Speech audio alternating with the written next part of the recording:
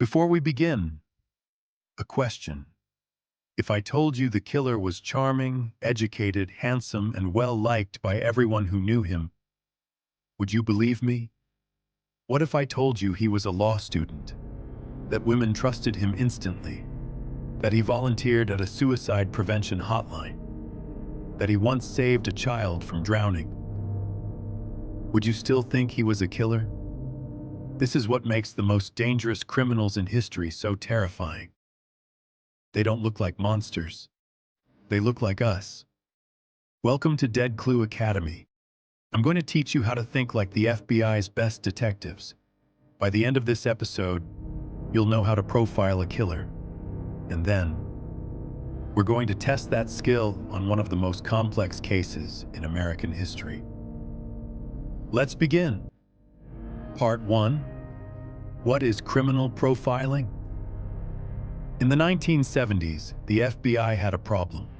Serial killers were appearing across America, and investigators had no idea how to find them. Traditional police work, fingerprints, witnesses, evidence, wasn't enough. These killers were too smart, too careful, too organized. So the FBI did something no one had done before. They went into prisons, and they sat down with the most dangerous killers in America, face to face. They asked them everything. How did you choose your victims? What were you thinking? How did you feel? What did you do before? What did you do after? From those interviews, a new science was born: criminal profiling. The idea was simple but revolutionary. Every crime tells a story about the person who committed it. The way a killer chooses their victim, the way they commit the crime, the way they clean up after. All of it reveals something about who they are, where they live, what they do for work, how they think, what they fear. Part 2. The two types of killers. The FBI discovered something crucial in those prison interviews. All killers fall into two categories: organized and disorganized. Let me explain. An organized killer plans everything in advance, brings their own weapon, chooses victims carefully, controls the crime scene, leaves little or no evidence, is usually intelligent, has a normal social life, holds down a job, maybe in a relationship. After the crime, they follow the investigation in the news. They may even contact police or insert themselves into the case. A disorganized killer acts on impulse, uses whatever weapon is available, leaves significant evidence behind. The crime scene is chaotic, often has a history of mental illness, struggles with relationships and work, lives alone or with family. Now here's where it gets interesting. Most killers are a mix of both, and understanding which type you're dealing with tells you everything about who to look for. Part 3. The profile. When FBI profilers look at a crime, they ask 6 key questions. 1. Who was the victim? Killers choose victims for a reason. What does this victim tell us about the killer? Same neighborhood? Same age? Same look? Were they vulnerable? 2. How was it done? The method reveals the person. Was it planned or spontaneous? Did they bring a weapon or use something from the scene? 3. Why here? Location is everything. Did the killer know this area? Did they feel comfortable here? Is this near where they live or work? 4. What did they take or leave? Did they take a trophy? A souvenir? Did they leave anything behind, intentionally or accidentally? 5. Who benefits? Money, power, revenge, or something darker? Control, fantasy, dominance? 6. What happened after? Did they follow the news? Did they change their behavior? Did they move, disappear, or did they become bolder? Answer these 6 questions, and the profile begins to take shape. Part 4. The mask. Now here's the most important lesson. The most dangerous killers in history shared one terrifying trait. They were normal. Not just normal, they were impressive, charming, intelligent, confident. Ted Bundy volunteered at a suicide hotline. John Wayne Gacy threw parties for his neighborhood. Dennis Rader was a church president. This is what the FBI calls the mask, a carefully constructed persona designed to disarm people, to make them trust you, to make them lower their guard. The mask works because we are programmed to trust people who seem like us, who smile, who help, who seem normal. The mask is the killer's most powerful weapon, and understanding it is the first step to seeing through it. Part 5. Red Flags.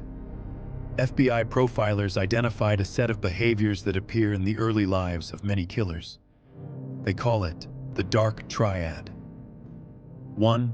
Narcissism, an extreme sense of self-importance, the belief that normal rules don't apply to them, a need for admiration and control. 2. Machiavellianism, the willingness to manipulate others to get what they want. No guilt, no remorse, just strategy. 3. Psychopathy, the inability to feel empathy, charm on the surface, emptiness underneath. Now, not everyone who shows these traits becomes a killer, but in the history of violent crime, these 3 traits appear again and again and again. Knowing this doesn't make you a psychologist, but it makes you dangerous to those who think they can fool you.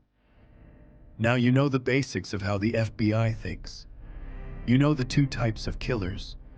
You know the 6 questions. You know the mask. You know the Dark Triad. It's time to test everything you just learned. Because now, you are the profiler. Case file: Theodore Robert Bundy, 1946 to 1989. The year is 1974. Seattle, Washington. Young women are disappearing. No bodies, no witnesses, no evidence, just gone. The only thing police know: several women reported being approached by a young man before they vanished. He was handsome. He drove a Volkswagen Beetle. Sometimes his arm was in a sling.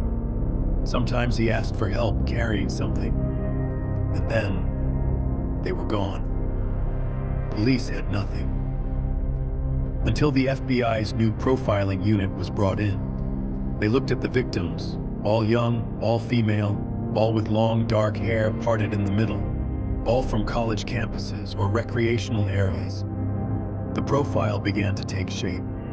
Organized killer, intelligent, charming, knows how to blend in, comfortable around people, has a normal life on the surface, likely educated, possibly in law or psychology. Mobile, moves between states, controls the entire interaction before the crime. The FBI told investigators, "This is not someone who looks like a criminal. He looks like the boy next door. He will be the last person anyone suspects." They were right. Ted Bundy was a law student, handsome, charismatic, volunteered at a suicide hotline, had a long-term girlfriend, was recommended for a job in politics. He was everything the profile said he would be, and he was responsible for the murders of at least 30 women across 5 states, possibly more. He confessed to 30 murders the night before his execution. Some investigators believe the real number is over 100. So here's your test, detective. Using everything you learned today, what type of killer was Ted Bundy? Organized or disorganized? What does his victim profile tell you about what he was looking for? What was his mask? And most importantly, what was the one mistake that finally got him caught? Comment below. The answer in the next episode. Because in episode 2, we go deeper. You're going to learn how to detect a lie. Not just body language, the exact techniques the FBI uses in the interrogation room to make killers confess. And then, we're going to sit across the table from one of the most convincing liars in the history of true crime. Chris Watts, a man who looked a grieving husband in the eye on national television and lied about killing his entire family. Follow DeadClue. Episode 2 is coming, and trust me, after that episode, you will never be fooled again.